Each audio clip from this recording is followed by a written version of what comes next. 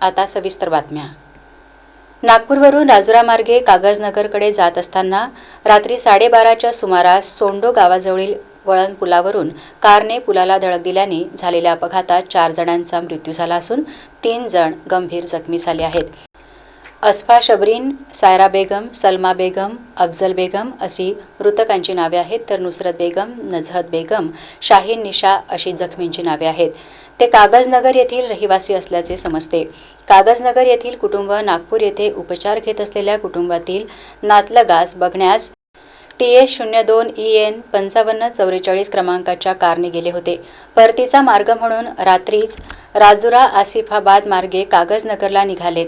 मार्गातील सोंडो गावाजवळील वळण असलेल्या नाल्यावरून जाताना कार अनियंत्रित झाली आणि पुलाच्या कठड्यांना धडक देत पुलाखाली कोसळली।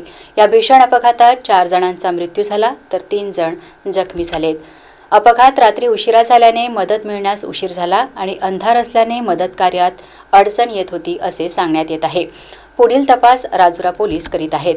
सध्या महामार्गाचे काम सुरू असून घटनास्थळाचा भाग वाहन चालवताना धोकादायक आहे।